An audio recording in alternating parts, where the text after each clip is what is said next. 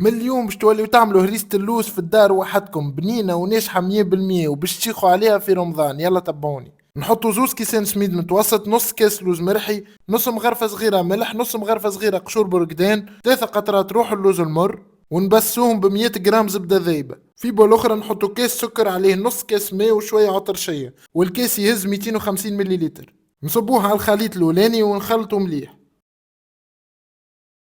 نصبوها على طبق 30 على 20.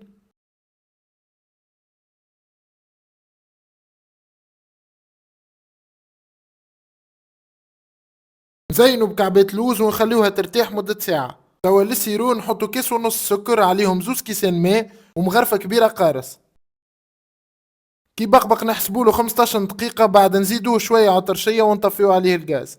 ندهنوا الهريسة بشوية زبدة وندخلوها للفور سخون 180 درجة مدة ساعة. ديريكت دوما تخرج من الفور نصبوا عليها الشحور بارد، ونعاودوا ندخلوها للفور وهو طافي باش تزيد تشرب مليح، ونخليوها تبرد وتشد روحها مليح ليلة كاملة. وهكا نكون تحصلنا على هريسة لوز بنينة وتعمل الكيف. وما تنسوش تجربوها وتعطيوني رايكم في كومنتير. وتوا يلا نتعداو للديغوستاسيون.